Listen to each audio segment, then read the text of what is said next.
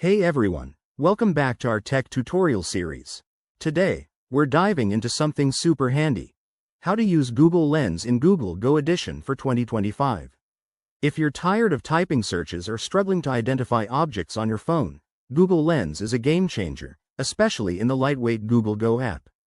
It's perfect for users with older devices or limited data, and the 2025 updates make it even faster and more accurate. So, let's jump right in. First off, what is Google Lens? It's an AI-powered tool from Google that lets you search using your camera. In Google Go Edition, it's optimized for low-end devices, making it accessible to more people. To get started, make sure you have the Google Go app installed on your Android phone. If not, head to the Google Play Store and download it for free. It's quick and won't take much space. Step 1. Open the Google Go app on your device. You'll see the search bar at the top. Tap on the camera icon next to it. That's your gateway to Google Lens. Once you're in, you'll have two main options: search with your camera, or translate text. Let's try the search feature first. Step 2. Point your camera at the object you want to identify, like a plant, a landmark, or even a barcode on a product. Make sure it's well lit for the best results.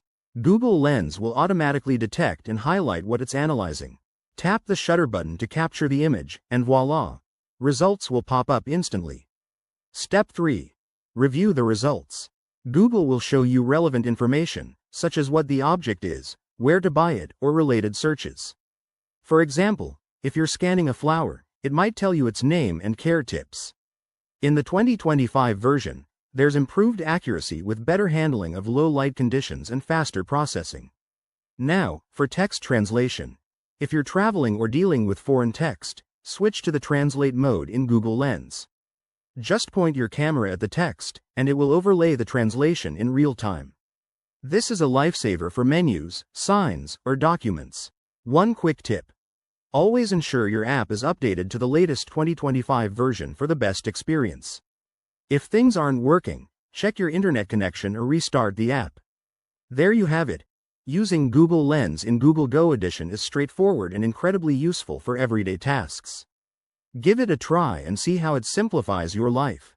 If you found this helpful, hit that like button, subscribe for more tech tips, and drop a comment below.